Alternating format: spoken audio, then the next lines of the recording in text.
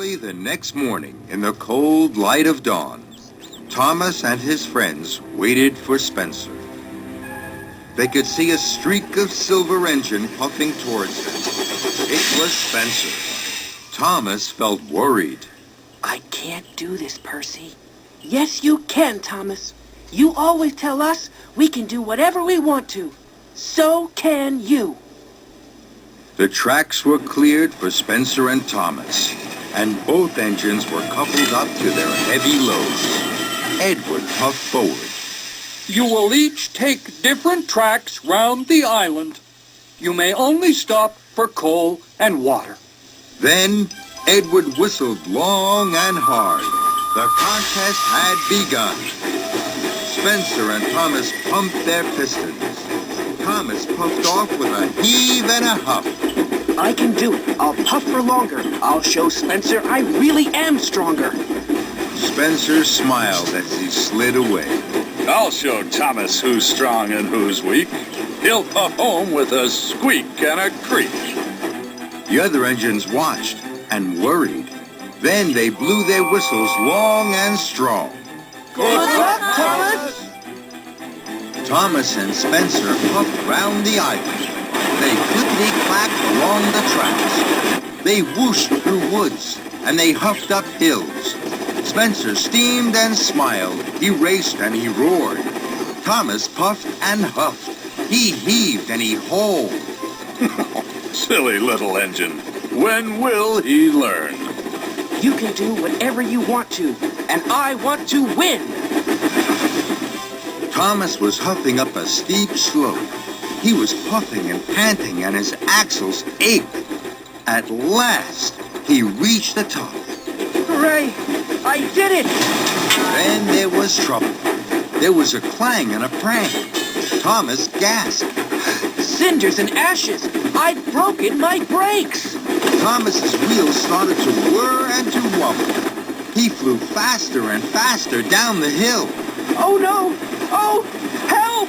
Thomas raced down one hill and rattled up the next. Help! I can't stop! Thomas's heavy freight cars pushed him on and on, through a junction where Spencer was waiting. Blistering oil! But still, he went on, and found himself rolling along an old rickety track. Ahead, Thomas could see a thick wall of bushes. Fenders and funnels, how can I stop? With a scrunch and a crunch, Thomas crashed into the bushes and came to a stop. Flames and fireboxes. That was scary. Thomas looked around. After the racing and rattling, it was very quiet. Spencer will be back at the shunting yards now. He'll be puffing with pride because he won the contest. And my best friend Percy will be wondering where I am. I don't know where I am. Everything was very quiet. Thomas didn't know what to do. Then he heard a voice. Hello? Thomas looked around. There was no one there. He waited, hardly daring to puff. Hello? Thomas looked around again. He couldn't see anyone. The voice seems to be coming from the bushes. Very slowly, Thomas chuffed forward into the bushes. The branches crackled and crunched. Then Thomas gasped. His eyes popped wide with wonder. There, on the other side of the bushes, was a very old engine. It was broken and rusty. Thomas felt scared. He didn't dare speak. Then, the old engine smiled at him. It was a little frightened smile, but it made the old engine look kind and gentle, and it made Thomas feel less scared. Hello. Too bad your brakes failed. Doesn't that always happen when you're on a hill? The old engine smiled again. Thomas wanted to smile too, but he was scared. He didn't know whether to speak, toot for help, or race backwards as fast as he could chuff. But Thomas didn't move. He couldn't take his eyes off this extraordinary engine. Hello, my name is Thomas. My name is Hiro. Thomas wasn't sure what to say next. He'd never met an engine as old and strange as Hiro. Why are you here? Where have you been? That's a very long story. Do you like stories, Thomas? Yes, the little engines in the hills tell me stories all the time. Then, I hope you will like mine. I came here a long, long time ago from another island. I was one of the first steam engines to arrive on Sodor. Thomas was amazed. Where is your island? My island is a long, long way away. There are mountains and snow and sea. There are lots of railways. I was the strongest engine at home. I was called Master of the Railway. How did you get to Sodor? I came in a very big ship. The journey lasted many days and we sailed many seas.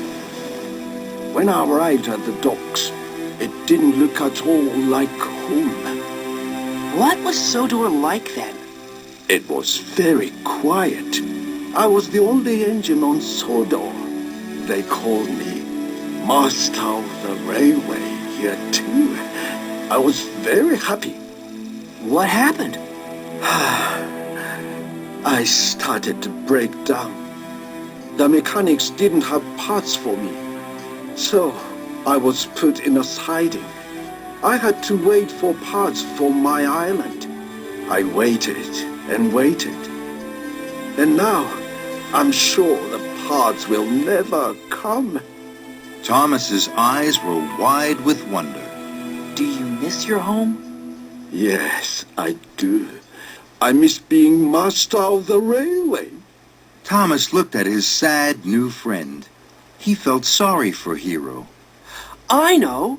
I'll go and get Sir Topham Hatt. Sir Topham Hatt runs our railway now. He will know how to help you. No, no, please don't do that. You must not tell Sir Topham Hatt. Thomas was surprised. Why? I'm an old engine that cannot be repaired. I know what happens to old engines that cannot be really useful. They're scrapped and sent to the smelter's yard. That's not fair. That's not right. That can't happen to you. But Thomas could see that his new friend, who was once master of the railway, was now old, alone, and scared. So Thomas made a decision. I will look after you, Hiro. I won't tell Sir Topham Hatt until you are fixed. You are safe with me. I'm sure I can find the parts to fix you. I promise I will make you a really useful engine once more. I will make you master of the railway again. Hiro smiled the biggest smile he had smiled in a long, long time. Thank you, Thomas. Thank you for looking after me.